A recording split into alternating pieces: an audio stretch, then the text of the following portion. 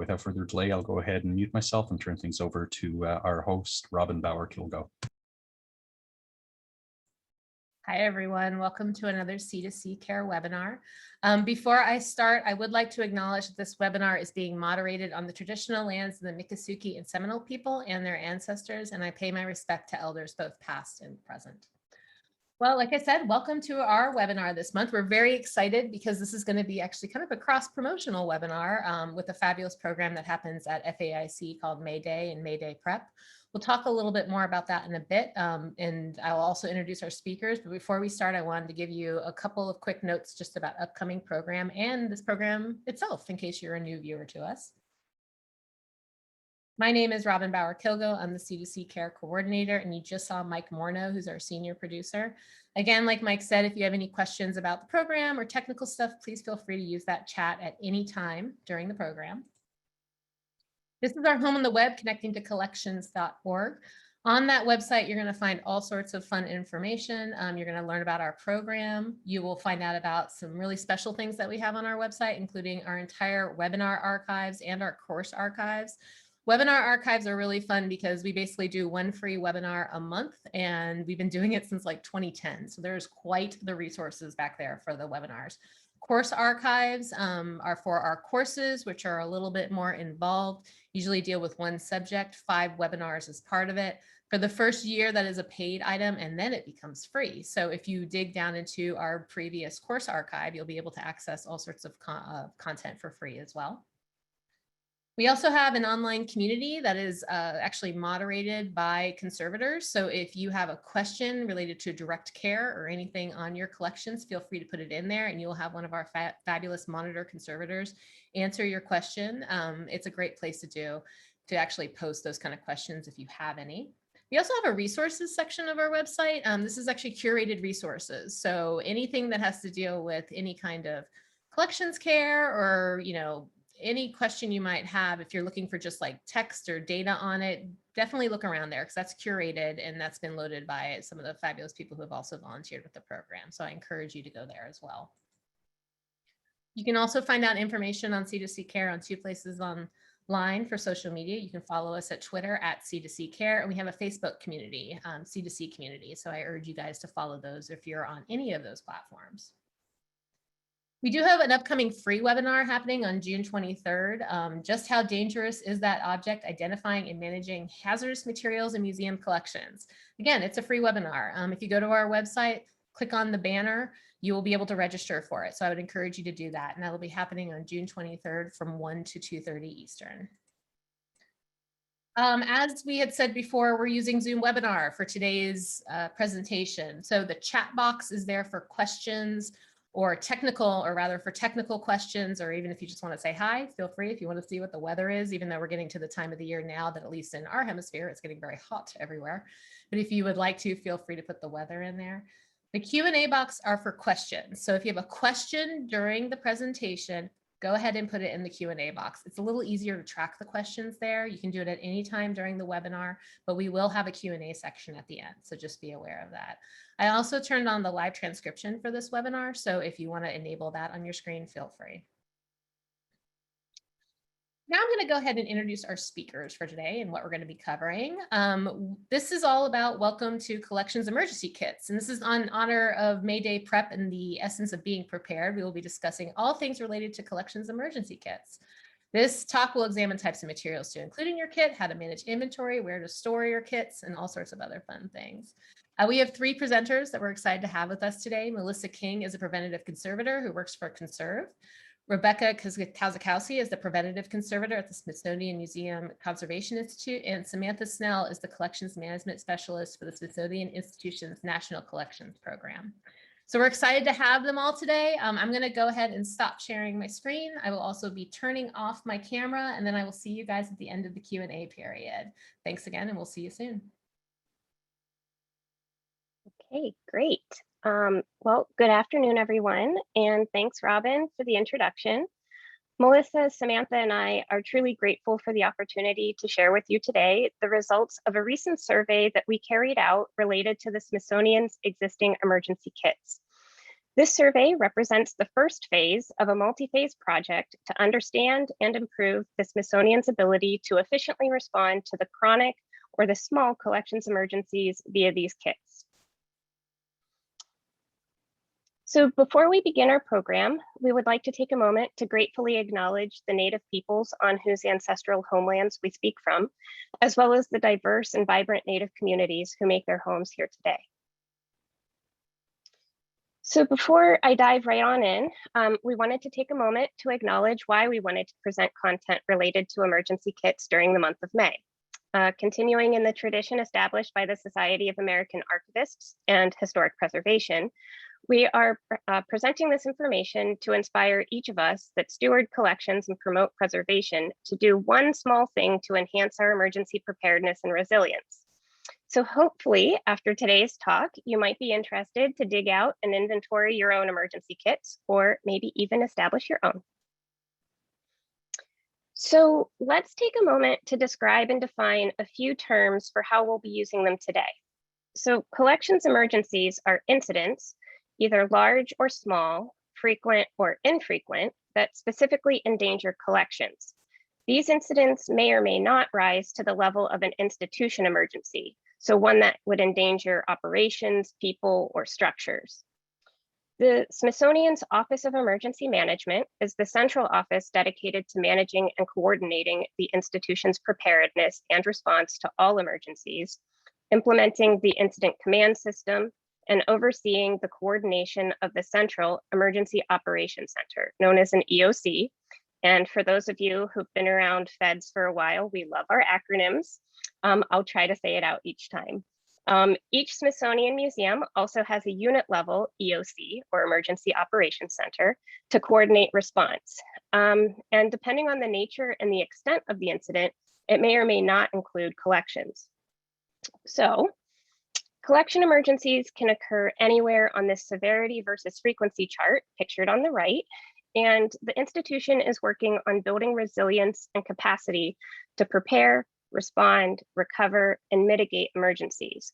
But let's take a look at what some of these may look like. So we prepare for events like this. Thousands of people descend upon DC every year for various parades, demonstrations, protests, and events. These photos illustrate a couple of extreme examples of high foot traffic. Fortunately, for the two events pictured here, the Women's March in 2017 and the Washington Capitol's Stanley Cup Parade in 2019, these were mainly on the exterior of our facilities. But we do have collections on the exterior, particularly in our gardens. The plants and trees around the Smithsonian are collection items.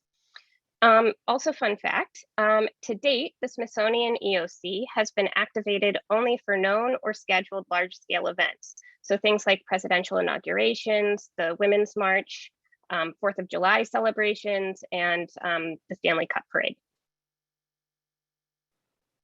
The large-scale collection emergencies pictured here did not require the activation of the Smithsonian's high-level Emergency Operations Center, but the Unit Emergency Operations Center may have been activated to support response.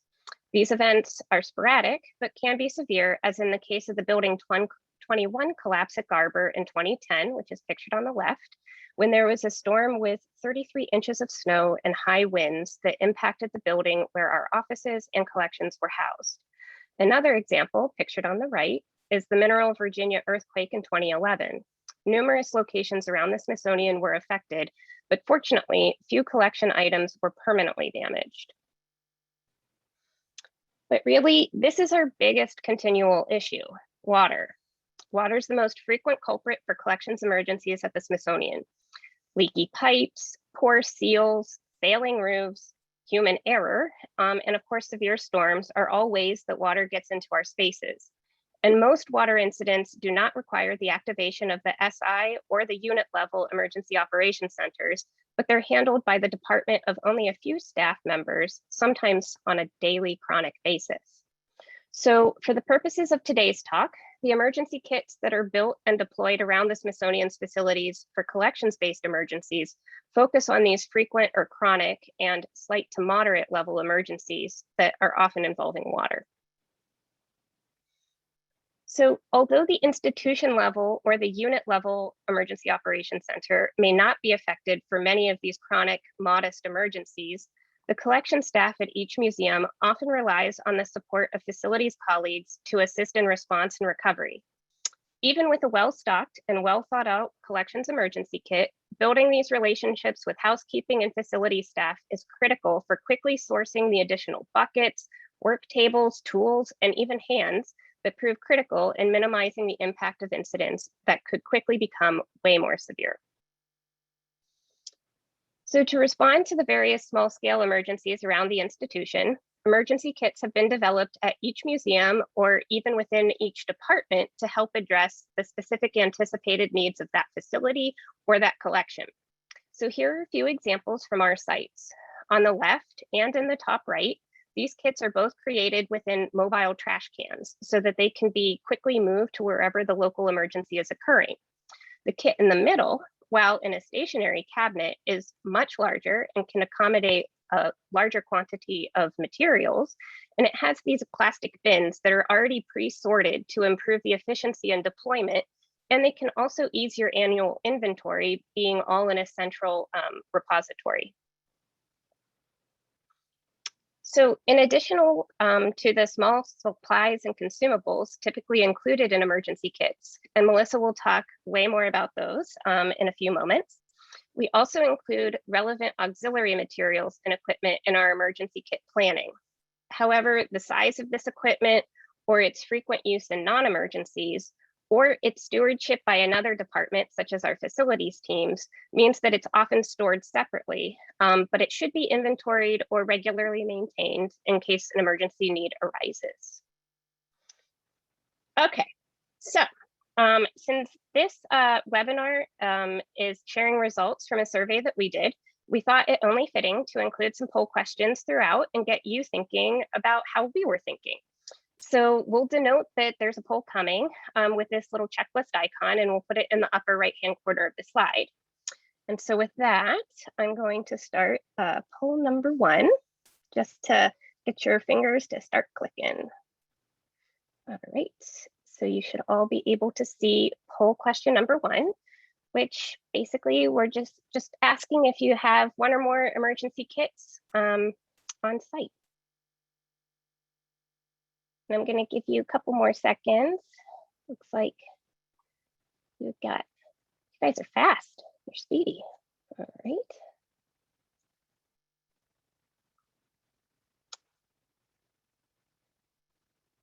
All right, it looks like we've got some good trends here. So I'm going to end the poll and share it with you all.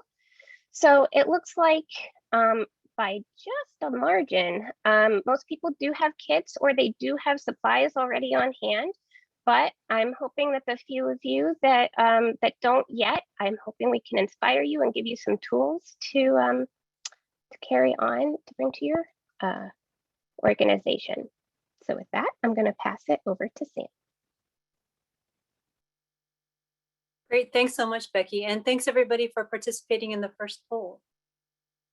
So the Smithsonian is huge. That is our technical term for it. The Smithsonian's purpose is well known and timeless: the increase and diffusion of knowledge. Our collections play a central role to support this statement and to support our vision of the future, to engage, inspire, and be impactful to the nation and the world. We base our diffusion of knowledge on the collections that we hold in trust for the public. Assembled throughout its history, Smithsonian collections are fundamental to carrying out the institution's mission and serve as the foundations for the 5 functions of cultural heritage institutions: collect, preserve, research, exhibit, and educate. We deal with some very large numbers here when it comes to our collections. After 175 years of collecting, we are now the stewards of over 155 million objects and specimens, ranging in size from parasites to the Concorde aircraft, in addition to libraries and archive materials. We hold these items in trust for the American people, and these items represent our cultural heritage and scientific discoveries, from the depths of the oceans to the outer reaches of space. So I have the honor to work in the National Collections Program. We are a small but mighty office. NCP is a central office that works with all stakeholders at the Smithsonian. We serve as a principal advocate and advisor to Smithsonian senior leadership, collecting unit directors, and staff on matters relating to collection stewardship. NCP supports an integrated, strategic, and interdisciplinary Smithsonian-wide approach to collections care and fosters collaborations and partnership with all collection stewards. These partnerships are not limited to staff that work in traditional collection roles, but also with affiliated staff who provide support to the stewardship of collections, such as security, facilities management, health and safety, and every other discipline you can imagine.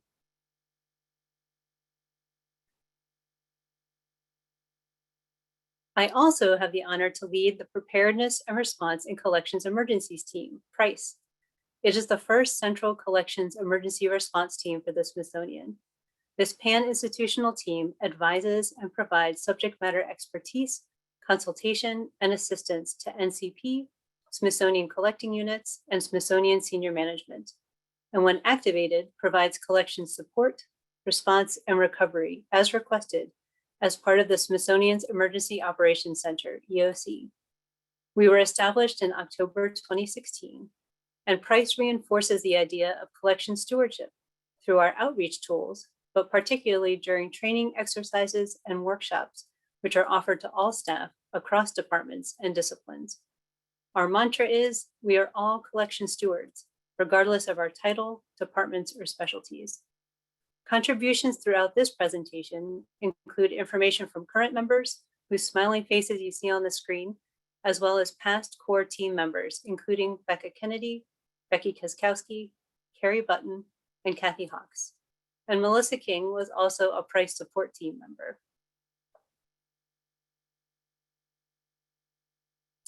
So that was a little background on what and who provided the foundation for the real project we are here to talk about with you today, the Collections Emergency Kit Survey. As with all things NCP and PRICE, this was a team effort. NCP is an office of 3 full-time staff, and the PRICE team has members who have day jobs at their museums or units, in addition to being on the central leadership team. This means that we rely on our colleagues at the units to support and participate in the programs and projects that we coordinate and lead. We were fortunate to have so many units willing to participate in this survey, and the main conduit for conversations and collaborations were the Collections Emergency Points of Contact, or CEPOCs, at each unit. These folks lead and coordinate collections emergency response teams and activities at their units, and many of them are also responsible for maintaining their collections emergency carts or kits. Now, Melissa will go into the details of the survey in a moment, but before that, here's the 30,000-foot view of the goals for the survey project.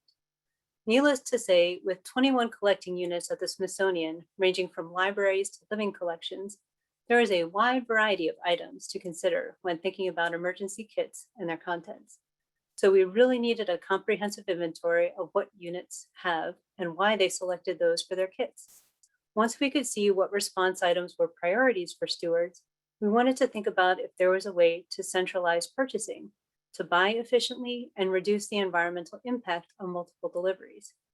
The creation of a guidance document with lessons learned will help us to not reinvent the wheel down the road when kit updates are needed, or the next generation of CEPOCs are assigned. Sharing information is always important, and our internal tool, SI Explorer, is turning out to be a great platform for us to do just that. And I'm going to describe this very briefly on the next slide. So SI Explorer is a searchable, customizable database by Smithsonian facilities and their geospatial team to map all of Smithsonian's properties. Explorer's main function is to identify infrastructure assets and to track changes in facilities related to construction. From its beginnings, SI Explorer has allowed staff to get a snapshot of the breadth of the Smithsonian by seeing a map of our facilities from Massachusetts to Panama, or to drill down to the size and contents of an IT closet on the 3rd floor of the east wing of a building. On a personal note, I have used this tool to find the square footage, dimensions, and audiovisual assets for spaces where we're planning to hold workshops or events. And now, thanks to a blossoming partnership between the GIS team and collection staff, a new world of data is being considered for Explorer, including the Collections Emergency Kits. And Melissa had a significant role to play in that development. So I will pass the baton on to her to share more about that. Thank you, Sam and Becky. So I think the SI Explorer project is fantastic and something that really could be a model for other collecting institutions in the future. One of the biggest data sets that we were putting into the SI Explorer was a comprehensive inventory sheet of emergency kit supplies that I compiled during the survey. This is every collecting unit from the survey. And so what I'm about to show you is a lot of results from this survey with useful graphs. And I just want to point out that I did compile all of this information into reports and handouts and posters that are all available on the NCP website. And it's also on the resource sheet that will be on the website for C2C Care as well. So if you're a little overwhelmed by everything you're seeing, do not fear, it is available easily for you to access. I wanted to use the data from the giant inventory list to start to get a better understanding of what materials were most common. And this is a list of the 30 most frequently included supplies from the entire survey. This list will give you a better sense of what people are commonly stocking in their kits. However, as we talk a bit more about this, you will learn that it might be best to stock your kit specifically for your own collections needs, risks, and budget, since the cost of stocking all of these supplies can easily add up. Becky, got a poll for us? All right, I'm gonna launch poll number 2 for you guys. And so we're curious, since the finding of our survey revealed these top 30, and this is just to, off the cuff for you guys. I don't expect you to have your inventories in front of you. Just curious how well your kits align with our kits.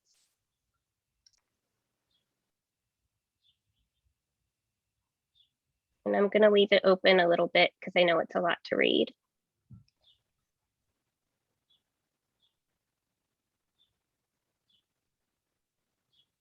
Sam, when we were doing this survey and when we started thinking about emergency kits for price and across the institution, one of the things that was so clever to me that I hadn't thought of, and I love that it's on here and showed up as super frequent, is the doorstop. Like, it's such a great, simple thing to put in there. It's true. And that's that's one of the great lessons learned from this, is that it's the simple things and how creative you can get with something that may have an initial purpose, but you can get really inventive of how you can use it in a lot of other ways. All right. Well, it looks like we've got a good percentage of people have cast their votes, and I'm going to end the poll and share it with you guys. Wow. You guys, it looks like a lot of folks have been kind of thinking the same way we are. This is great. I love it. I'm going to turn it back to you now. Thanks. So while I was planning the survey and some of the questions and getting this inventory together, I did speak with Becca Kennedy of Curai Collections Care LLC. And Becca, I don't know if you know her, she's done a ton of work in promoting emergency preparedness and has come up with these categories of supplies for emergency kits. And I was inspired by these categories, and I ultimately broke them down into a few more categories just to get a sense of what percentage of supply types people at the Smithsonian were including in their emergency kits. So this is the categories that I came up with. It was absorbent materials, containers, documentation, instructional documents, PPE and personal safety, salvage and recovery, scene safety and cleanup, and then tools. And I'm going to go into each one of these in the next few slides. So first thing you think about when you're creating an emergency kit is where you're going to put everything. This is the actual container itself. You don't necessarily have to have a physical container, but it is certainly useful if you need to bring the supplies to the location of the emergency. And mobility is definitely something to consider. Some of the places I interviewed wished that their kits were on wheels and found that heavy boxes without wheels to be a bit cumbersome. And so just some of the images on the screen, I'll just point out. I really like this kit that was on the top right. It's nice that you can actually see in and see what supplies are available. It's very obvious that it's an emergency kit, hopefully. This one on the left right here was at the Smithsonian American Art Museum. I thought was super creative. It was leftover roadie box from one of their art installations that they then adapted to make into an emergency kit. And then Becky pointed out the use of these trash cans as well. And there's also just some available carts that are available on the market. So as Becky mentioned before, water emergencies are probably the most common risk we respond to in collections. And for this reason, it is incredibly useful to be ready to absorb water with some of these supplies. And as you can see here, sponges are very useful. There are some materials on the market that are specifically for absorbing water, such as these sheets right here. And then there's these absorbent socks, which are really useful for redirecting flow or putting under a doorway. And you can also use bed sheets and rags. And the advantage of those is you can actually rewash them and use them. So it is important to remember that once these supplies are wet, that they are properly dry before putting them back into your kit. Just you don't want any mold forming.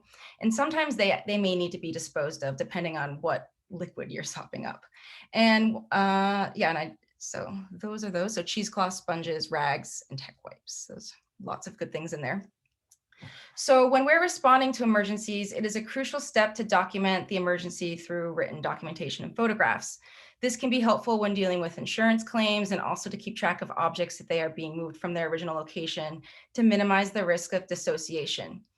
It is part of the process when you're responding to emergency that takes the most resources and time. And since you can only respond as quickly as you can document what you're doing, it does tend to slow it down a bit. It's a natural reaction to want to move quickly and respond to emergencies, but before you move anything, you should make a plan on where to move things and how you will respond. And so for this reason, it is good to have some of the following supplies. I included this image of a waterproof notebook, which I saw in a few of the kits. I thought that was really creative just because you could be dealing with a water emergency. And on the same vein, having a pencil can also be useful because if you use a pen, the ink can bleed. Also in the same vein, having pencil sharpeners to sharpen said pencil is also useful. It's nice to have a clipboard. This documentation process can take quite a bit of time and you might be handing over responsibility to someone else. So having everything in a clipboard in order can be quite useful. Some people had these disposable cameras, but I think, your cell phone can also suffice. We always have those on our person. But it is useful, I suppose, to have one on hand. Some locations had specific documents within the emergency kits that included some instructional element to them. And some of the ones included doorway measurements, elevation plans, floor plans. There were some that had instructions about how to get into cases within the galleries. Some of them had maps of which priority objects you might need to grab in the case of an emergency, instructions on how to use the kit, loan agreements. The images on the right are screenshots of physical pieces of paper that are in the emergency kits at the National Museum of American Indian in New York. I really like the idea of having these printed and ready to go in your emergency kit so that you, as you're starting to do the salvage and recovery, you can indicate priority in terms of which things need to be addressed right away or not. So a collection emergency, more often than not, can pose a danger to us. And this is why it is crucial to contain supplies that protect ourselves. And this can include PPE, such as nitrile gloves, N95s, first aid kits, work gloves, glasses. One thing to note is that some of these supplies they have a shelf life to them. So you don't want to go too crazy buying boxes and boxes of nitrile gloves to stow away. They actually, they can deteriorate over time. Even Band-Aids, the adhesive on a Band-Aid can start to deteriorate. It can oxidize. So, when you're doing your inventory, these are things to check for just to make sure that they are ready for you when you need to use them. It might be useful to have some supplies on hand to help with salvage and recovery. It's important to realize how much real estate you'll take up as you start to lay out individual sheets of paper and different components of objects to properly dry. And you may need some materials to properly support materials during this drying process, such as these bun trays that you can see and these pool noodles that might be useful for draping a wet textile, for example. Also, just having supplies on hand that can help you do soot removal, dust removal, such as this hake brush, soot sponges, vinyl erasers. And you may be wondering why there's a kitty litter box on this screen. This was an item that actually came up a couple times in the survey that I thought was really creative. It's a collapsible kitty litter box that is watertight, which some people were using for response if they needed a water tray for clean water to remove dirty documents and clean them in there. And so when you're responding to a collection emergency, there is a chance you might not have electricity, or there may be a need to redirect people from coming too close to the site of the emergency. There could also be debris or other things to clean up near the objects. Also, there could be a need to redirect water that's flowing near your collection. It's really hard to predict why you might need every material, but it is useful to have some of these supplies. So I'll just point out, I saw a few of these collapsible emergency cones, which I thought were pretty useful just because the fact that they collapse can fit nicely within your emergency kit. They also have a light up function, which is nice. There's fluorescent gaffer's tape that you can put on the floor to redirect people. A broom, tarps, zip ties. You never know when you're going to need a zip tie to hold up a tarp. And then also these glow sticks came up as something to, if there are electricities and you're working in, the electricity goes out and you're working in the dark, you could use these. Another thing to note about glow sticks is they also have a shelf life, but Jane Henderson, a professor at Cardiff University, told me that she uses these, and if they reach the end of their shelf life, she brings them out and has a party with her team to celebrate that they didn't have to respond to an emergency, which I really love. I love that idea. So some locations had some tools on hand that were designated for their emergency kits, such as scissors, extension cords, bungee cords. This is a laser to measure like ceiling heights. Flashlights are really useful. And while you might have these available somewhere in your building, it's useful to have them all in one place, because you just, whenever you need your scissors in an emergency, you might at that point in time not be able to find them. So having these kinds of materials available for use is incredibly helpful. So aside from learning specifically about the inventory items, I also completed a verbal survey with everyone to learn more about how they manage these kits. And I'm going to talk about that now. So I asked people whether or not they utilized maps to share emergency kit locations. And I thought of this question to ask since when I was a student at the Winterthur Museum, they had marked their kit locations on emergency kit maps around the museum. Sorry, not emergency kit maps, emergency maps that are exit maps that are around the museum. And they placed bright colored round stickers on the locations where the emergency kits were located. And that particular museum has a really complicated layout, so it did make sense to do this. But about a quarter of the respondents in the survey had maps, and many of the locations who didn't have maps, I thought it would be a really useful thing to start doing. And some of the places that you might be able to share these types of maps could be, as I mentioned, placing physical maps around the building. You can put them directly into your collection emergency plan, or you could put them on a shared drive, or all of the above. And so I think Becky has another survey for us. I do. Okay. So as Melissa mentioned, yeah, we thought this was a super clever idea. So we're curious how many of you may have also adopted this as a method for communicating your emergency kit location.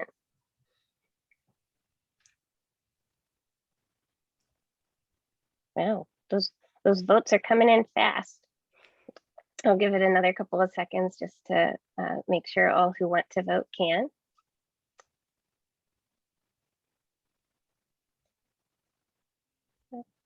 Okay, looks like we're slowing down. All right, I'm going to end the poll here.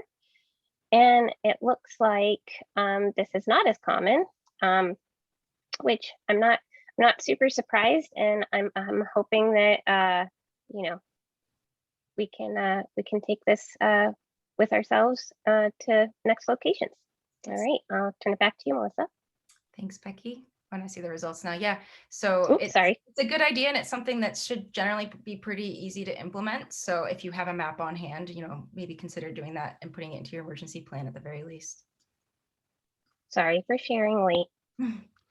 So one of the questions I asked, which I realized later was maybe a little bit too vague, but was, how accessible these kits were to people. And so you might think initially that it would make the most sense to make these kits as accessible as possible in case there's ever an emergency. You want people to be able to access the supplies. However, there is a risk of supplies being pilfered by visitors or museum staff that thinks it's a convenient kit filled with useful supplies, which it is.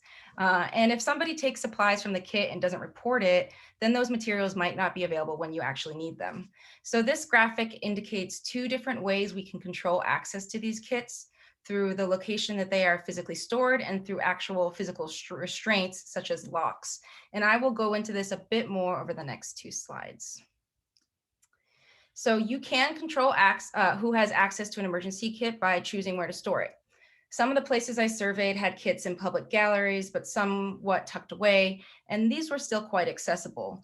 Oftentimes, emergency kits were within rooms that were only accessible by collection staff and security, and this was especially the case if the kits were designated for collection storage. I didn't see this in my survey, but one could hypothetically put the kit in a locked room, but there is a risk of losing the key or not having access to the key's location, so I do not recommend that. If you can't control access by a kit's location, there are some other ways to limit access physically. The extreme in terms of physically accessibility is by not having any locking mechanism at all. The other extreme would be to have a keyed lock, which poses the risk of the kit being inaccessible in the case of an emergency. There were some really great solutions in between that I saw in the survey, such as a zip tie, if you have access to scissors or something to cut it open in the case of an emergency. And some people wrapped their kits in plastic wrap to deter people from going into it unless they really needed it. And then you can also use zip ties. They sell zip ties that have a quick release. And they also have tamper-proof tape that I saw in a few locations as well. And the advantage of the tamper-proof tape and the quick release and some of the others is that these can serve as a visual indicator that someone has access to the kit, and which might prompt a supply inventory. And they are also enough of a deterrent to keep someone from entering the kits and borrowing supplies, we hope. So another question was, how do you manage the inventory of your kits? Some of the answers that were given were people would print contents of their content lists of their kits and then keep them within the kit. And then there would be pencils in your kits. And so every time you use a supply, you could just cross something out or redesignate the amount of number that you have in the kit. Some people kept their inventory lists on shared drives. Some people indicated that MayDay was the time that they made sure they went to their emergency kits and did an inventory. That was their yearly inspiration to do something for emergency preparedness. And some people mentioned that they had a designated contact for people to contact if supplies were used. As I mentioned before, you could use a locking mechanism that might serve as a visual reminder, such as the tamper-proof tape. And some people said that they did it as needed, which concerned me a little bit just because that some of the supplies in the kits do expire, as I mentioned before. Another question that was asked was, do you host any kind of training on the emergency kits? And the type of training that I learned in the survey where some people did a tour around the building to show the location of the kits. Sometimes people would get people together in a room and take out the contents of a kit and kind of explain what was in there and what each item was for. Some people actually did practice salvage activities, or maybe you would even use some of the supplies and you put mock objects into a wet container and you do salvage activities that way.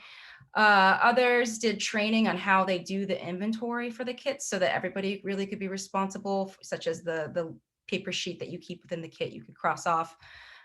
Some, just as simple as sending an email, an informational email out to everybody on the staff. And then also some people mentioned that they involved different staff members in the inventory process, and that was just helpful because it would get more people involved in understanding how to manage the kits that way. So I asked the question of whether singular units had more than one type of emergency kits and why they might have different kinds. And those that had more than one type gave me the following reasons. Some of it had to do with storage limitations. If they didn't have a big space to store all the supplies, they might have a smaller one that was out in the galleries and then a larger one in an area that was off of the galleries where you could store larger supplies in there. And some mentioned that they had different kits that were designed to address different collection types. So for example, paper salvage typically includes a little bit more than a lot of the other material types, just because it might need blotter paper and Hollytex. And some supplies that are within the kits, such as blotter paper and Hollytex, are quite large. So that might be another reason, as I mentioned, to have a separate kit for some of the larger materials. And also these supplies tend to be a bit more expensive. So you might only want to purchase one set of those to have on hand. And another reason would be to have more than one type of kit based on location and access. So you might put your more expensive supplies in an area with limited access and your more general supplies in an area that are more accessible. And so this question, which is the final one I'll talk about today, has to do with who is responsible for managing the kits. And some of the suggestions that I heard from the survey was, it's really a good idea to indicate this responsibility in a job description for a new hire, really make sure somebody is taking care of this. A lot of places might have their own collections emergency response team, and this might be the team that is responsible for managing the kits. And some people also mentioned that they shared the responsibility for the kit with the department, but I really think this would work best if it's for smaller departments. I think it might get a little messy if you have a big department. So we wanted to wrap up this presentation with a couple of examples to prove to you all that you really never know what supplies will be useful, and that much of responding to emergencies require creative thinking. So this is William Donnelly. He's a preventive conservator at Winterthur, and this was an emergency that we responded to when I was a student. And there was water dripping on this marble bust, and when it was dripping on the bust, it was splashing and landing on the marble plinth at the bottom of it. So when we draped this plastic bag over the bust, it was still going down onto the plinth. So William had the ingenious idea of taking 2 extra plastic bags, inflating them with air, tying them, and then putting them around the neck of the bust, and then placing the plastic bag over that, so it was able to redirect the water away from the bust, which I thought was really clever. And I was just going to share this one really quickly. These photos are from a water salvage workshop that the Price team hosted a couple years ago at one of our facilities. And I just wanted to give a shout out to the team that used the Dixie cups, because it was so creative to use this simple item for helping the airflow get around a botany specimen that was, it's a stunt double object. They're all stunt double objects at our workshops. But to use those simple things to help with the airflow to dry out that botany specimen was just creative genius. So thanks to the team for sharing that with us.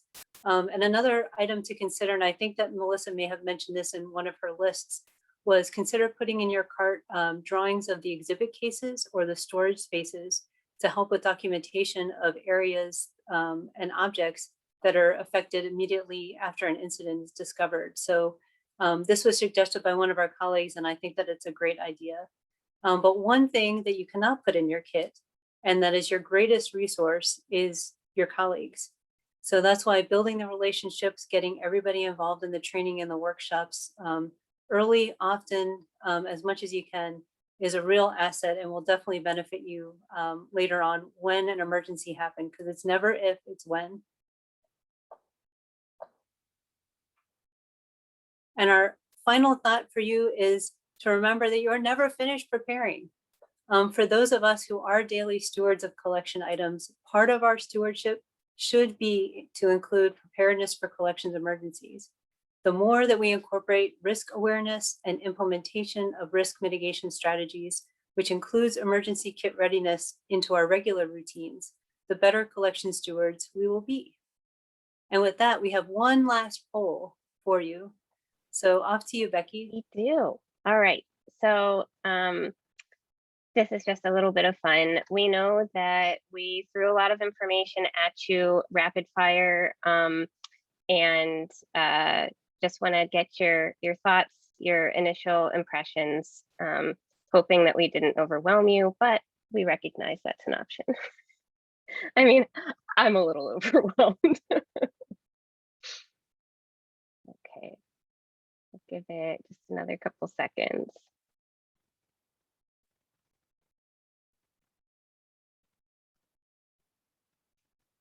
All right. right, looks like most folks have put in their responses.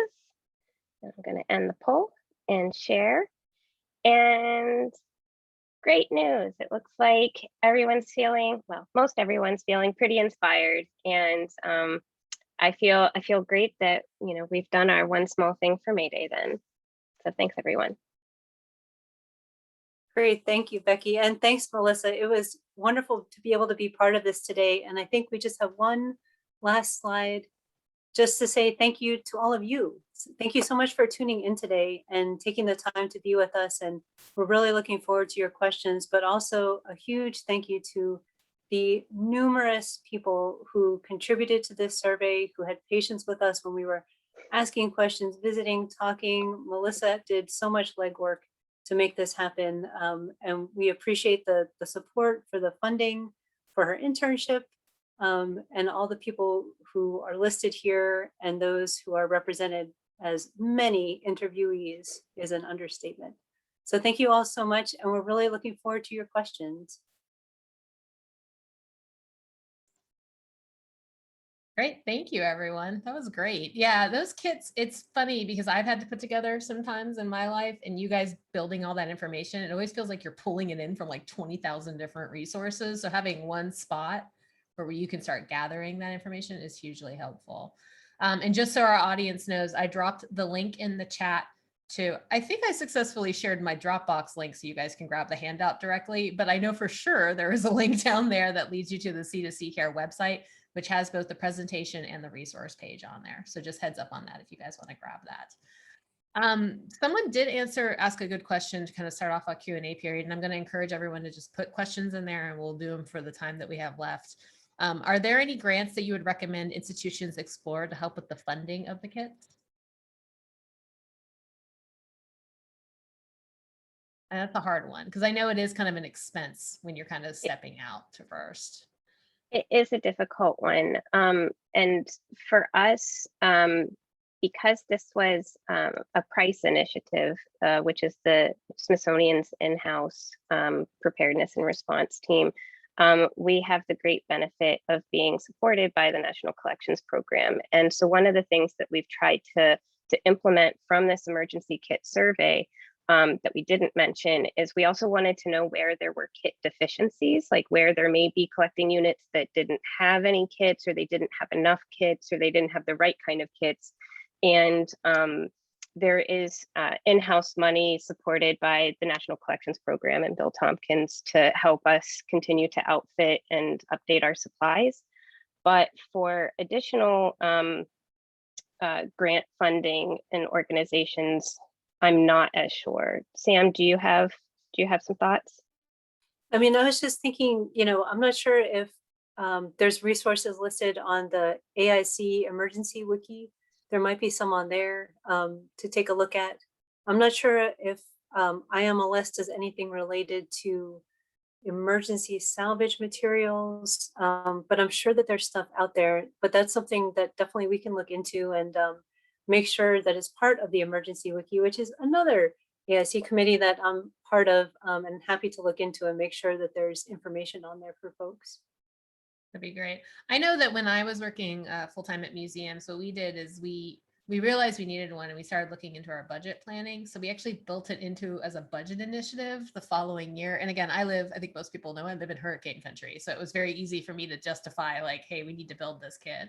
But we put it in as a specific project in budgeting of just, we're going to make these kits and it's going to cost a lot of money and it's going to seem kind of crazy when the stuff is coming in, but it was like a huge initiative for a certain budget year, which that actually was kind of good too, because it helped people get informed on our emergency plan and brought everyone together to make sure they understood it and just what went into it and all that kind of fun stuff. So that would be another quick tip too. I really like that because I like to think of the emergency kits also as a process. Like you have your initial investment and then it's a process. So like with your initial establishment of the kit, you could be thinking about, you know, a really good container and some of the supplies that you may need. And then as you do your inventories over time, you can invest like that one bigger ticket item or other things, because there are plenty of comparable materials that will serve you well, but may not be expensive.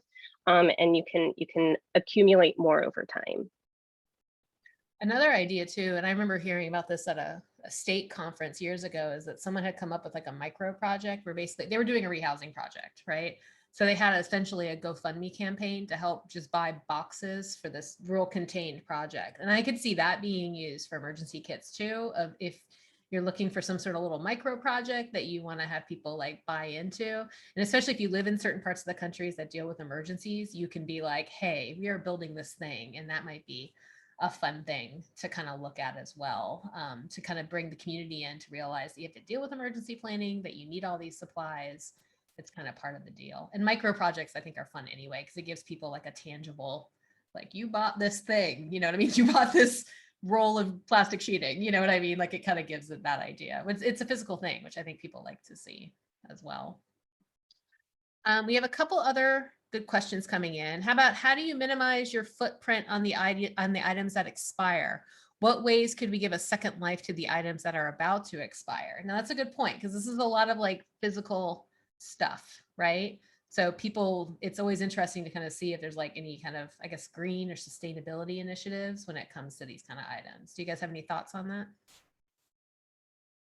And that's where I think you can really partner with, some of your local organizations, local communities, schools, firehouses, emergency management groups and things like that, to talk with them about, what do they need? Is there anything that they can use this for? And you can use it for training, for workshops, for, simulating those emergencies that are going to happen, that you need people to know how to respond to. So use the stuff that's going out, so give it a happy end.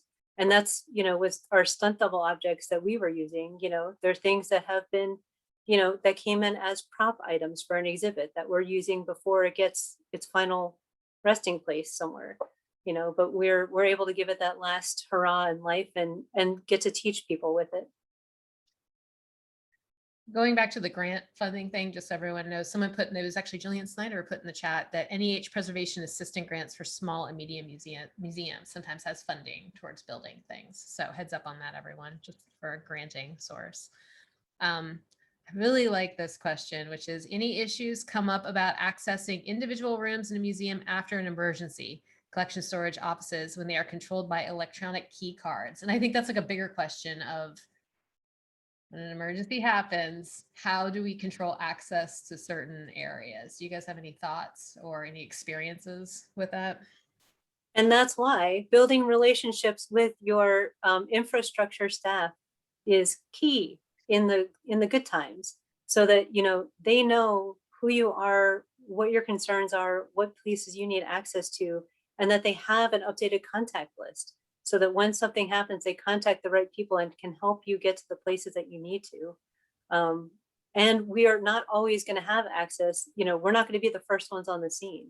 At the Smithsonian, it's our facilities and security staff that are there 24/7 when we're not, because it always happens at night. It's almost always on the weekend, and they're there and we're not.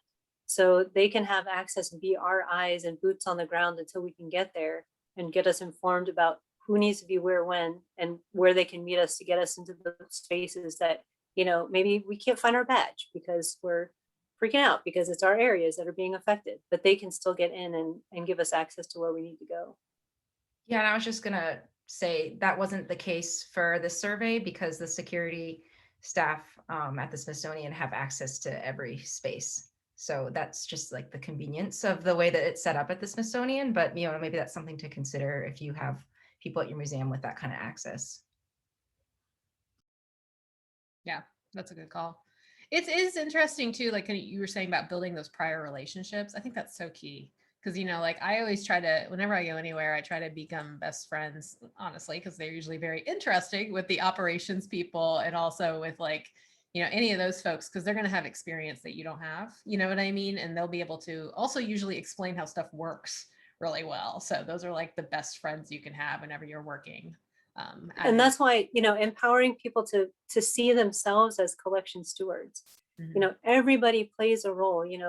The IT guy that's making sure that your database, your systems are still working and your servers are running, that's so that you can access your database remotely. If you can access your database remotely, I highly recommend getting that kind of access ASAP, because, you know, when building 21 collapsed at the Garber facility in 2010, you know, I was on the phone with our registrar, pulling up our database from home and starting to search, you know, okay, where are the high priority items that we've identified? Where are they physically located? Let's map it out so that when we can get back on site, we can get to those items first and make sure that they're out and safe as soon as the building is cleared for us to go back in. So this is interesting, just because I think a lot of people, not a lot of people, but some people are going to be there. Could you give a brief outline of the process that one must follow in their institution to create such kits? Where do you start? So if you're kind of overwhelmed, you know what I mean by it, where do you guys think are good starting points for actually building the kit at your institution? Go ahead, Becky. Well, I was going to put in a plug for the National Collections Program. If you are stuck, the Price team does have a public facing website that we've given you in the resources, and the Price team put together a like a one pager of just an example of what you might consider in an emergency kit and how to kind of build one. But we're not unique in that. There are a couple of other really great resources out there for doing that. Melissa, go ahead.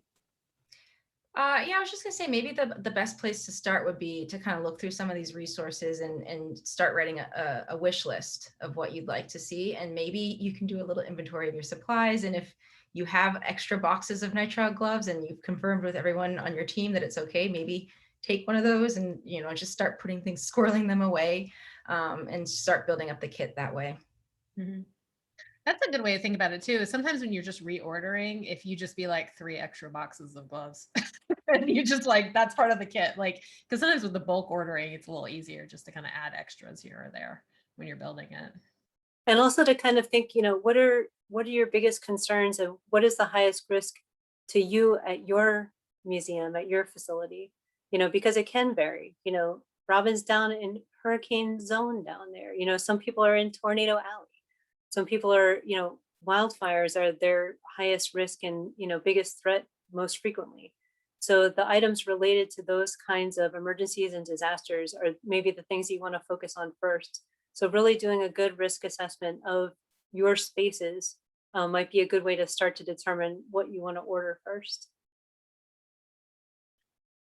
Yeah. And I mean, that's, you know, and I always say that, especially here, people get so hurricane focused that that's not always a good thing.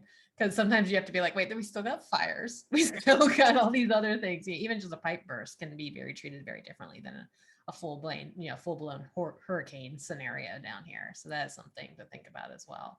And before we go much further, I just want to remind folks, I'm going to put it in the chat right now, that there is a FAIC MayDay giveaway happening. So if before you leave, we want you to stick around for the rest of the Q&A, but please click on that link because there's a short survey you can take and you can be put in to win a prize pack of all sorts of fun things from FAIC and their partnership with Conserve. So click on that link and do that survey before we keep going on. You can even write that you attended this webinar because that counts. There you go. Like, so it's a good start to it. Here's one that's kind of, I like this. It says, I'm currently working with an institution that's developing collections management policies, long overdue. And they've just been getting kind of pushback on basic practices. So they're working on like building their policies and things like that. Any encouragement or advice on driving home how imperative it is to have these kits in place before something happens? So, I mean, I love telling horror stories whenever I go on assessment tests. That's like my favorite thing to do is just be like, no, this stuff happens, because I know I've lived through stuff and I've been on the ground for a decent amount of emergencies, but I mean, it is interesting to see how many I can think of happening. Do you guys have any other tips or tricks you can think of to kind of convince board that you need these things? Well, there is a really scary conference that you can go to every year called the National Conference on Cultural Property Protection. And the first speaker goes through all of the things that have happened in the past year, and it will completely blow your mind of all the emergencies, incidents, thefts, all sorts of terrible things that you have never made the news, but they happened just in this past year. So it's a reality. It's something that is going to happen in one way, shape, or form to our facilities. And, you know, even just looking up information about what's happened in your area and think about, this is how it affected people in their communities and their homes, and translate that to your facility, your museum, your library, your archive, because that's our professional homes, so it can happen to any of us at any time. So I think being really persistent, having the same song and dance and that elevator speech ready to go at any time, and pulling in your partners, your colleagues, people who have lived through it, if you need some backup on the lessons learned and those horror stories, if they're willing to share them, to come in and talk about it. Because the more that you prepare in advance for anything, the less you'll be spending on the back end if you've protected those items and prepared to respond, as opposed to coming back later. Conservation can be expensive. It's an expensive process. It takes a really long time, but if you protect things and prepare to mitigate those risks in advance, can save you so much on the back end. And one thing I'll add to that, Sam, too, is I know, the Smithsonian enjoys a really great reputation, and it's definitely an honor and a privilege to work there. But there's also a misconception by even our own staff that, we're too big to fail. Emergencies won't happen to us, or anything that happens, we can weather, it's fine. Well, I mean, the 2011 earthquake was completely unexpected. We sit here on the East Coast in an area that's not really considered an active fault by most.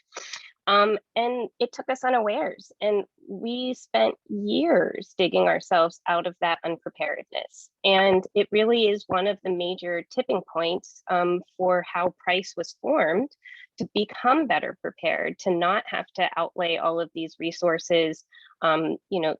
I don't know how much it cost us, but I'm definitely willing to say it's in the millions. But and we've shared that that dirty laundry through this Smithsonian Institution press, scholarly press book, The Unexpected, the Earthquake of 2011. And there are some really alarming images and discussions of just how unprepared we were. And so let it be a lesson, and hopefully you can leverage some, tough folks to maybe see the light. Mm-hmm.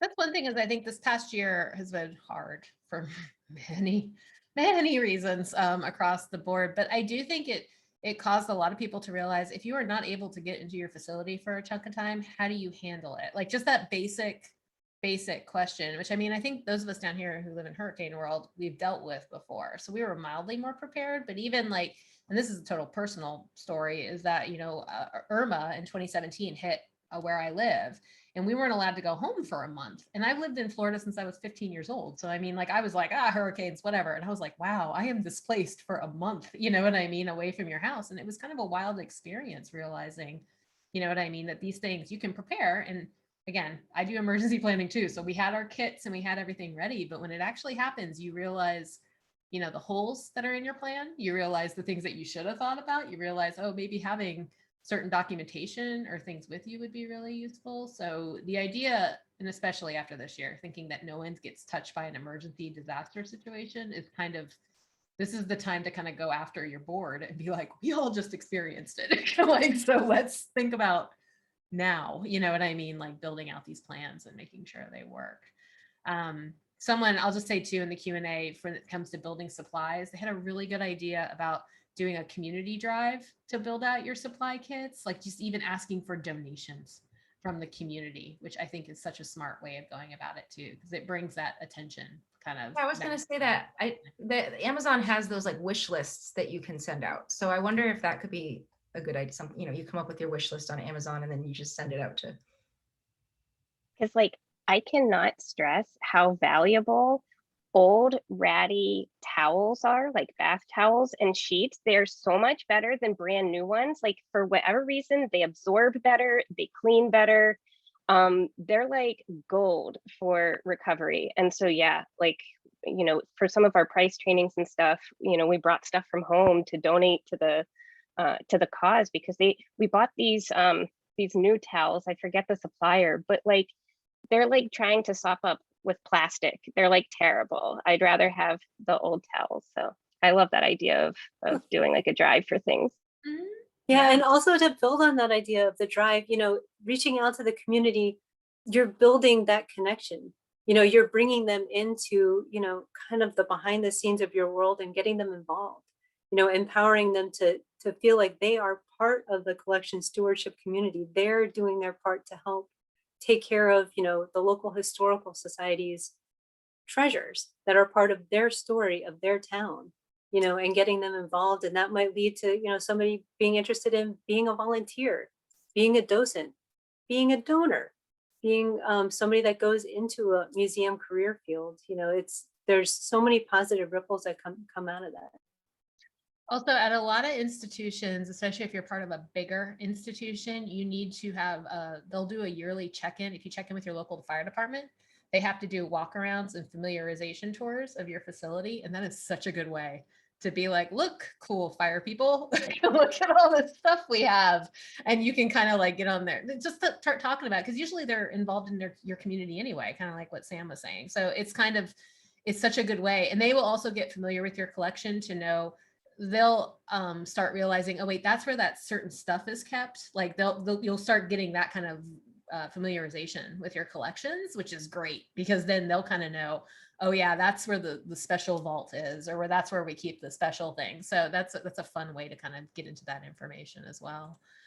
Also that benefit with making those relationships with the local fire and emergency response, that if they know your space and they know you and they know the value of collections, they would be more willing to treat your space as like a forensic crime scene and not do wham blam, completely demolish things as they would in a typical place to make sure that all the fire hotspots are out. They would do it in a much more controlled manner, which hopefully preserves more collections.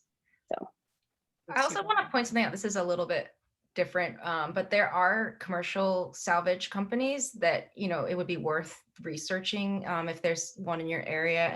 And I don't think they typically charge to get your name on the list. So I like one of them that comes to mind is Belfour. And they have giant freezers. So if you have like a water emergency with a ton of paper items, you can get them right into a freezer. It's freeze dryers. And so it's just kind of useful to know what's available as resources, just if you do have a major emergency. And thinking down the fire lane, not to stay too long on this, but you know, if there's any way you can invest in like water mist fire extinguishers as opposed to the chemical fire extinguishers, that's something to definitely think about. We've started converting, working with our internal Office of Safety, Health, and Environmental Management and the fire engineers, is to switch things over in the collection storage spaces to water mist as opposed to the standard chemical ones, just because cleanup of the chemical ones can take a long time and does not really react well with some of the collections. So water mist is much more forgiving, and you know, definitely partnering with your local fire department. We do that also through our internal Office of Emergency Management at the Smithsonian. They invited, you know, Price and Collections and many other folks to be part of walk around tours with the fire department in DC, you know, to do all of our facilities and walk them from top to bottom. And it took a long time to get through all of those different shifts of folks, but at least it made a dent. And now we've built that relationship with them. And it can help. You know, we all have local emergency management departments, you know, in the county that I'm in. We have them, and they have open events for the community. So go and get to know them. It takes a little bit of time, but it's worth it in the end. They'll also sometimes do fire extinguisher training with you, which back when I first started back in the 10s with the group I was with, they actually had like, it looked like a barbecue almost. It had like actual flames and you actually got to shoot things. And then they got an electronic one, which wasn't nearly as much fun. Like, cause that was like, oh, we don't even get to actually deal with fire, but it was still good experience just to understand how, cause I'd never shot one of those off. Like I'd always seen them sitting around my house, but it was interesting to actually shoot it. And it was a water-based one. So it was kind of interesting to mess around with it. A couple of people are really talking about just mental health, which I think is a huge part of all this fun emergency stuff that we need to talk about. Just because people, you know, it happens, especially when you're dealing with a disaster. And this obviously isn't related directly to Kit, but you all have experience with emergency stuff. So I was wondering if anyone had any thoughts on, just like someone says, any ideas on how to keep staff motivated and happy after a disaster? How do you just kind of deal with the mental stress of it? Because it's a lot, you know what I mean? I think, again, we can all kind of think of times now in the past year that maybe we were overstressed with what's happening. But do you guys have any thoughts or resources on mental health when it comes to these things? Well, just to start with a personal story, when Building 21 collapsed, we got the call at my house at 6:45 in the morning to say, something has happened here. You might want to come over here and see what's going on, an hour away from where we lived, and, all that kind of stuff. But, it felt like my home had been destroyed. I had been there for, you know, 12 years at that point, and it was my stuff where I spent a lot of time, caring for these objects every day. Um, and it hurt and it was sad. And, we felt a huge responsibility that we wanted to run back there on site and start dealing with things immediately, but you can't. You call your colleagues, you start talking with them, are you okay? Nobody was in the building at the time, fortunately, because it did happen overnight, um, but making people feel safe and that they're okay first, reach out to them as humans is so important, especially at this time. To connect with people is vital, and see if they're really okay to deal with this personally and professionally. Do you have stuff that's happening at home because our whole area has been affected? Stay home and deal with your family. Be okay. This is not, yes, it matters. Yes, we need to deal with it. But if you're not in a good place in your mind already, don't come in, because you're going to bring that with you. And then that's how people get hurt. Equipment gets damaged, artifacts get damaged. If people are coming in and they can't separate and just try to focus in on what's happening and the task at hand and stay on target, and that's something that they have to address within themselves. Or if you see a colleague come in and you can tell that they're just not able to do it, just gently say, hey, I really appreciate you coming in, but we've got another job for you to do at this time. And let's reset and do a different task, where I think you can really help us out. But there's some really good resources out there that we've been exploring. And, through Price, one of our colleagues, Nora Lakshan, has done a lot of work on it. Becca Kennedy's done a lot of work on it. There's good information that's out there, and we can try to work on, maybe providing that as an additional resource. And also, again, through the emergency wiki through AIC, we're going to be putting some stuff on there as well. And the other thing I'd add to that is it's one of the powerful things with when you're drilling and training to learn the incident command system. And David Carmichael has written and spoken at length on this, which is something that we benefited a lot in our training for Price as well. And because the reason I point that out is that there is a safety person that rotates on teams, and it is that person's job to not just look at people's physical health, but also to help assess their mental health. When do you need breaks? When do you need to step away? When do you need to switch tasks? So even though ICS can be a little daunting and how to start speaking in all the fun, FEMA soup, it is a useful tool, even if it's just taking some of those small steps out of it.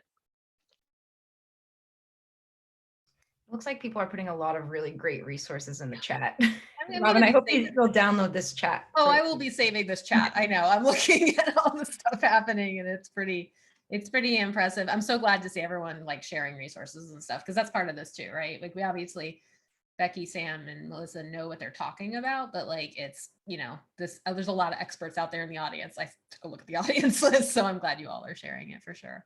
Yeah, we definitely do not have all the answers, not to speak for Becky and Melissa, but I think that we can all agree that we do not have all the answers. And I learn something every day from the wonderful people that I have the opportunity to work with and interact with, through Price, through NCP, through the Smithsonian, and through so many other organizations that, it's the ripple effect of our colleagues that are out there. Because even though, our community is small, even though we may be spread out all over the place. So having the opportunity to come together and share these resources with each other, this is what it's all about, is trying to grow with each other. And, and that's part of the preparedness, is building those relationships and sharing those resources with each other. So thank you for putting all those in. Yeah. One thing I would also say is the value of doing mock salvage as a team building exercise.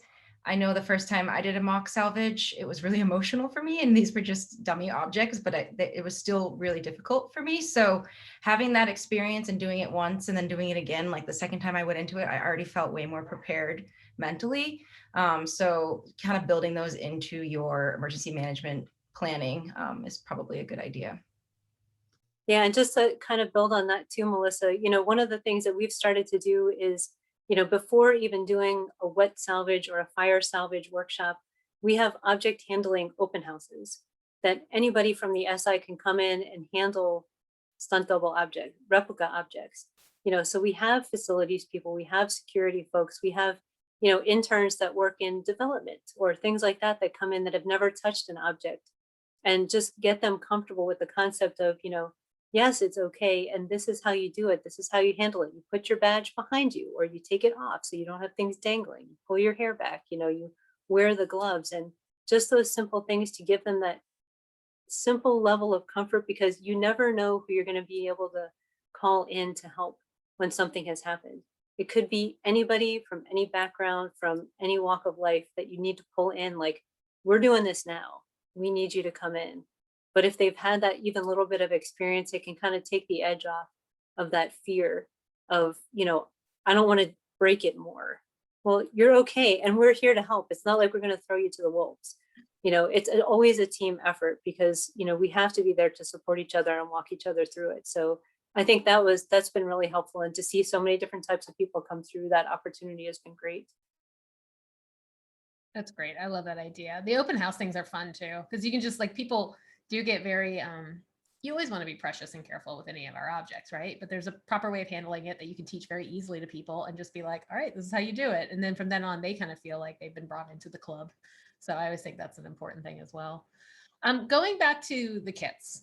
So I had there's a couple questions in here floating around of people saying, I have an archives collection. What should I buy? I have a photographic collection. What should I buy? I have, we're getting down into collection types. What are your guys' thoughts on that? I think a lot of these kits, or the things that you guys have listed, are more like for any kind of object type. These are all useful items to have. Or do you guys have any tips or tricks when it comes to specific collection types of what to have on hand?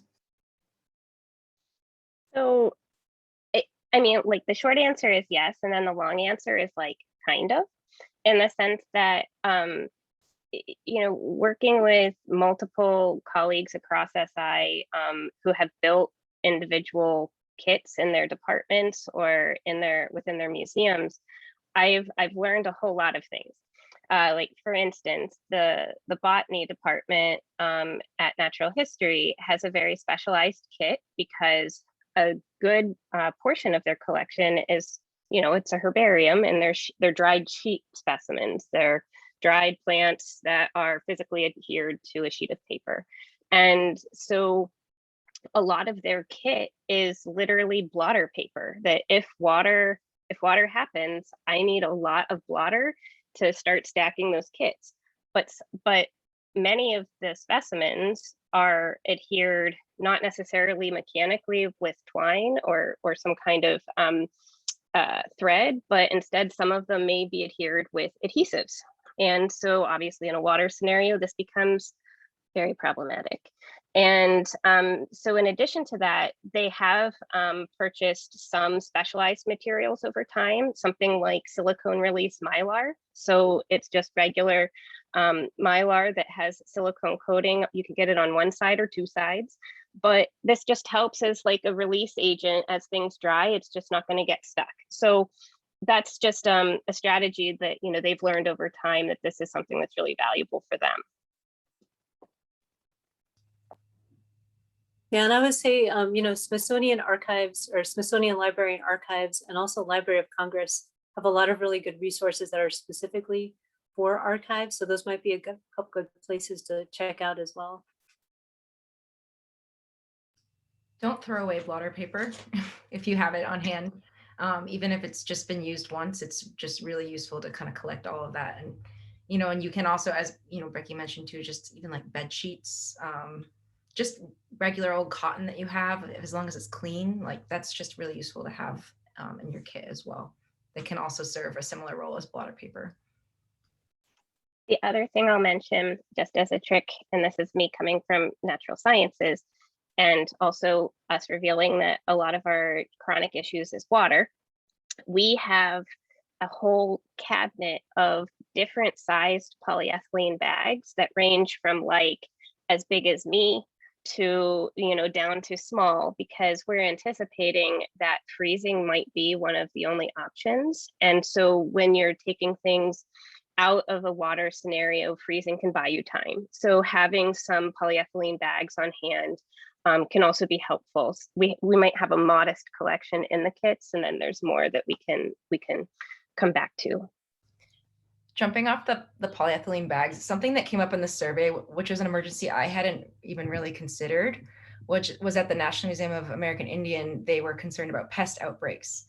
And so if you have a lot of objects in your collections that are vulnerable to pests, maybe it would be good to have some plastic on hand so that you can do isolation if you need to.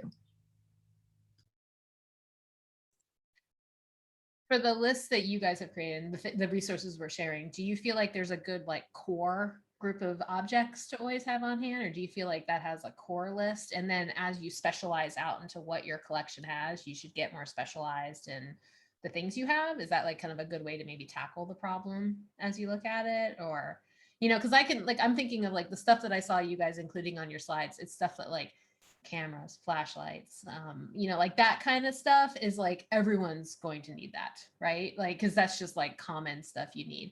But then if you're no, we have a herbarium collection, or you know what I mean, a lot of taxidermied animals, you know what I mean, there might be some specific things you look. So that might be a way of tackling it as well. That's exactly it. And that's also why we've thought about having your general kit that you might invest in, and then you may invest later in a very specialized kit where you have all of your other materials. It doesn't all have to look the same, but it's a nice skeleton to start with. This other question is really good. Do you have any tips on how to organize your kits, especially trying to fit everything in one trolling trash container?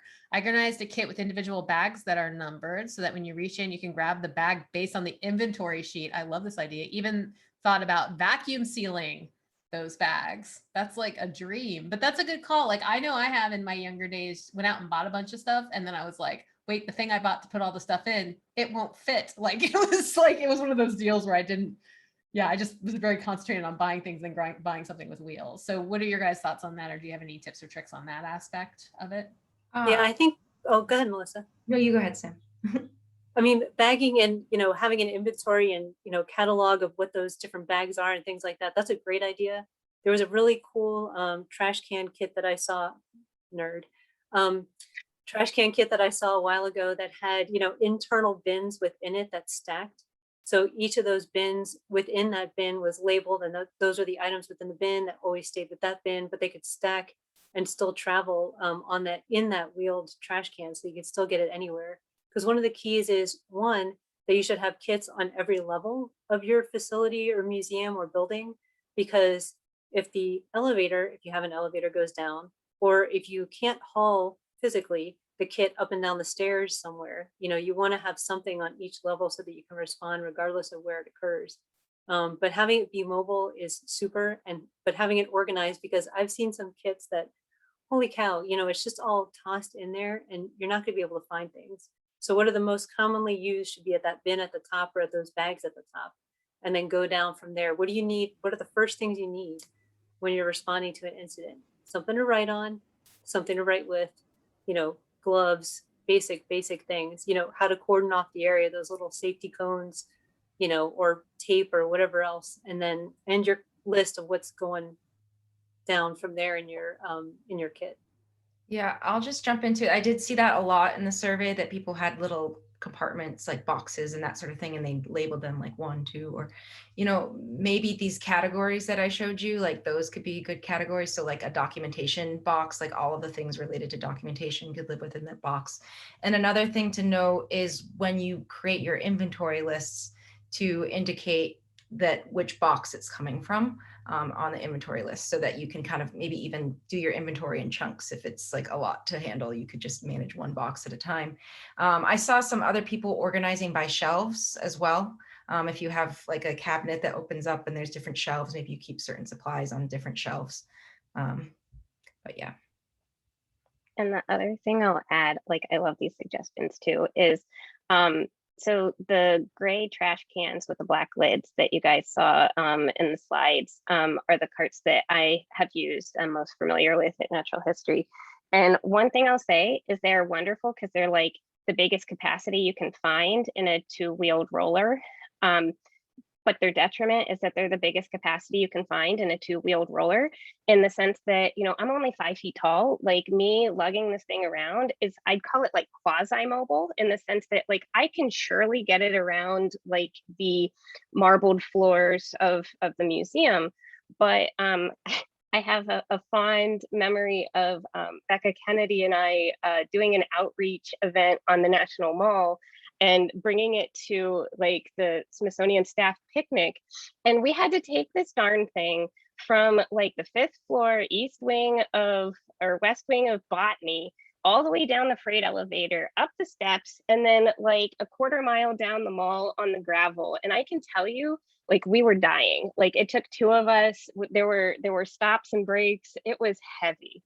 So just consider that as well, in the sense that like redundancy or smaller kits, or having like smaller tubs that you can grab and pull from a couple like strategic locations, could also be really helpful depending on who your staff are.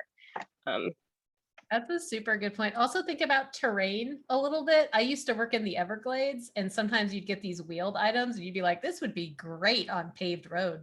Like, but you'd look outside and be kind of like, we do not have that. Like, so yeah, that's one thing about the wheeled things I always think about, is we always had to go get special like new, like nice big heavy duty wheels to put on things to get them around our property easily. And also doing the little caches are a super smart idea of having like, there's one there, there's a couple different ones floating around the property. Yeah, So. including your go bag. You know, everybody should have an emergency kit go bag that, you know, it has what you personally need, but maybe a couple of those little quickie fix items that you could use right when you get on a scene, you know, that those documentation pieces and stuff like that. But, you know, to have that go bag with you is always a good idea. Mm-hmm. Well, one last question, because we're at 2. I have about 3 minutes left. I did want to talk really quick about just quantities of items, because I thought that was, someone put that in the chat, and that always kerflummoxed me too. Because, you know, you read these things and they're like, buy 4 rolls of plastic sheeting, and I'd be like, for how many objects? Like, I always had a hard time conceptualizing that. So how do you guys handle that question when it comes to quantities of items? I think that's a big question, and that was one of the main reasons we wanted to do the survey, was because, you know, you can really benefit by doing bulk ordering on some of these supplies. So I'm just thinking now, I mean, maybe it would be worth reaching out to other local museums or institutions and find out if they're in the process of getting supplies, and maybe you can go in on some things together, just in terms of bulk ordering things. And then in terms of the actual numbers within the kits, like, I don't know. I think it really depends on like the size of the collection that you're serving for that particular kit. And I think it's important to know it's your collection, and it's important to also know your frequency of occurrence of things, because, you know, these kits, their goal and their value is a stopgap measure only. You know, it's like you're responding to the chronic things. So how much, you know, blotter paper do you need for a leak between now and when I have to order more? Like, are we going to have 6 leaks and I'm going to go through a whole bunch? Or is it we get 1 leak a year?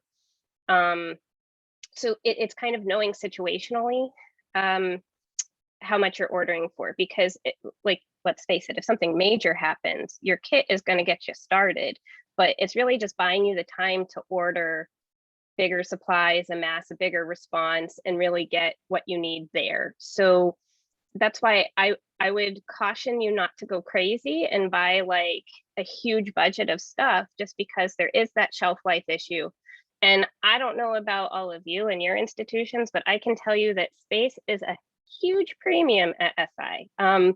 So I would rather be making storage space for my collections than my salvage materials, but with reason. Obviously, this is, you know, risk mitigation, but that's kind of the best, you know, advice I can give.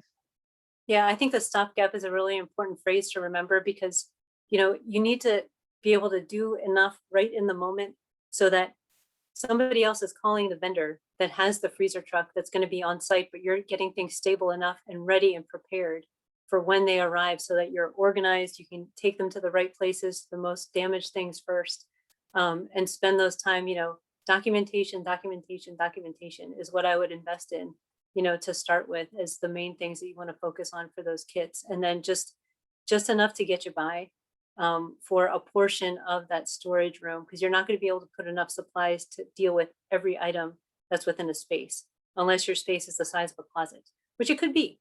But you just, you want to be realistic about that timing. So I think that's a really great point, Becky.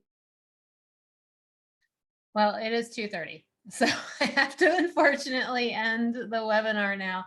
I do want to say a huge thanks to Becky, Sam, and Melissa. This is really important, and I think the timing is good. It's always good to do MayDay stuff, but I think it's always good to just rethink these things. We are a year plus a little bit out from COVID, true shutdown, at least here in the States. I know some of our friends in Canada and stuff are still dealing with things, but I think it's a good idea to kind of rethink all this stuff this time of year anyway. I want to say thank you to our friends at Learning Times. Thank you to IMLS and FAIC for doing all of this. I put another bunch of links down in the chat that included a survey for this C2C Care webinar. What else? The link to the handouts and the resources in there, and also the link to the MayDay prep. Please enter that raffle. You will get cool stuff. And like Melissa was saying, you could just say, I watched the C2C Care webinar and you are good to go. So I encourage you all to do that. And just as another quick reminder, our next webinar is going to be on June 23rd. Again, it's a free one. And I feel like we're doing like danger summer, but it is just how dangerous is that object, identifying and managing hazardous materials in museum collections. So again, thank you everyone, and we will see you in June, and stay safe and stay happy. Thank you. Bye. Thank you so much. Bye. Thanks, everyone.